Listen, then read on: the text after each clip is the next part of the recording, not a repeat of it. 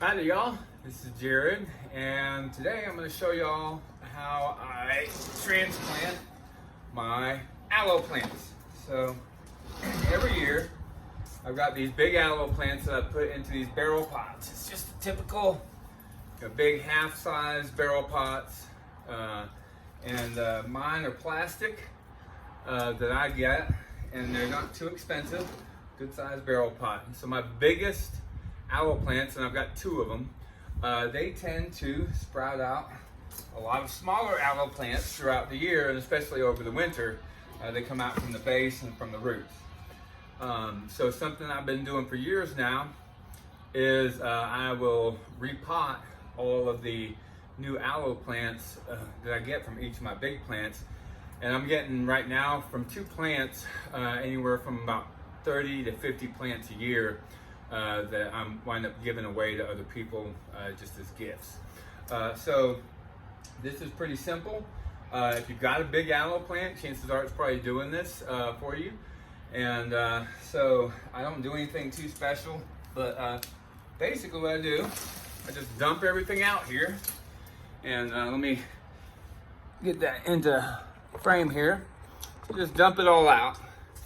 And get all the roots separated. Okay. Not sure what that is. A lot of stuff grows out of this stuff, and I've been making compost too with my old produce and stuff, and wound up getting a bunch of tomatoes last year out of that, and so I've done that again this year with those grape tomatoes. Did pretty well for me. So once you get it all dumped out of the pot, then you're just going to want to break apart all these root systems right here and get each separate plant out of there. So you don't have to be terribly delicate with it, because you kind of got to break them apart anyway. So like right here, we got 1, 2, 3, 4 plants right here, and we're just getting started. Okay. There's 2 more.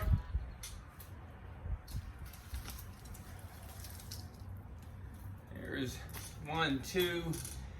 And believe it or not, this little itty bitty thing right here is another one. This one will probably do well. It's already got a couple of roots off of it. Okay.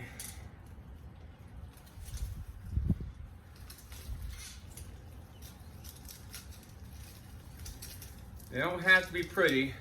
A lot of times what I'll do is if it's damaged a bunch, I'll actually take pretty much all of this stuff off right here, and you can just put that root in there. It's going to start all over.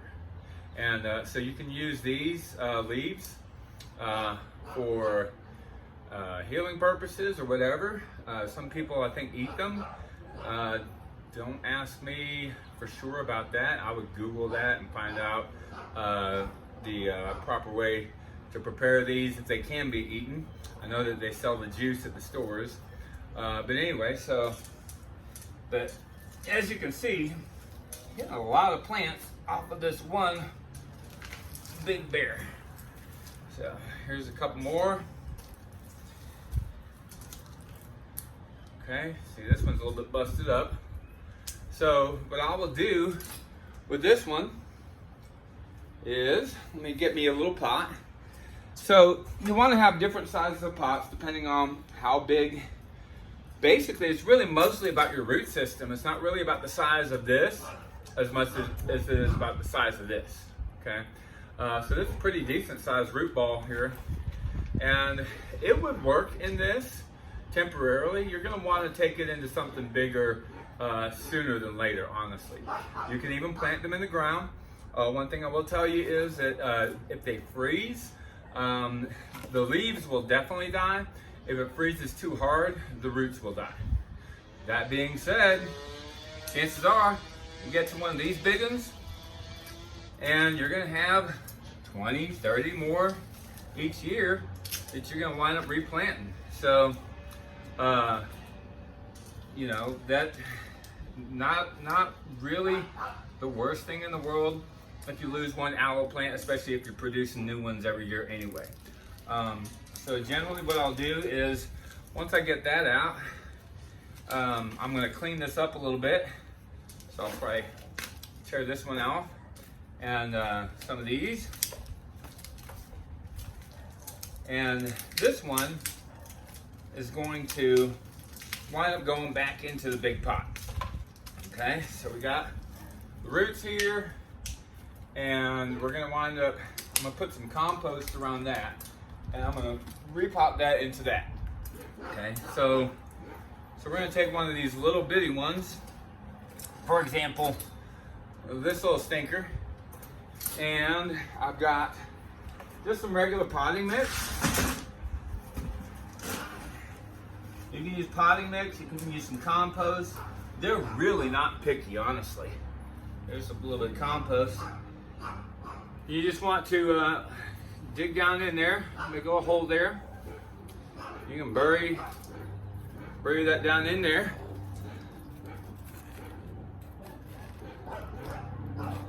And when you first repot these things, I generally give them some water, make sure that that soil stays hydrated pretty well.